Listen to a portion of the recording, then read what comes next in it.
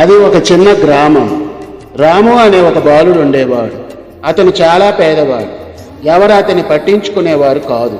ఒకరోజు రాము పొరపాటున ఒక గ్రామంలోని ధనిక మనిషి కిటికీ గాజుని పగలగొట్టాడు. గ్రామస్తులు మరియు ఆ ఇంటి యజమాని ఆ బాలుని శిక్షించాలని తీర్మానించారు.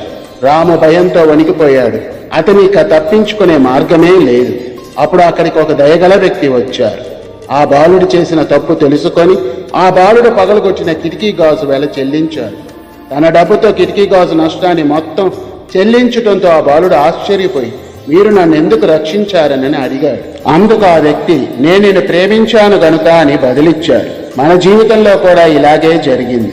మన పాపాల శిక్షను మనమే భరించాలి, కానీ క్రీస్తు మన కోసం సిలువపై మన పాపాల నిమిత్తం ఆయన మరణించారు. మన పాపాల ధరను ఆయన చెల్లించారు. నిజమైన ప్రేమ అంటే మన కోసం తన ప్రాణాన్ని ఇచ్చిన క్రీస్తు ప్రేమే.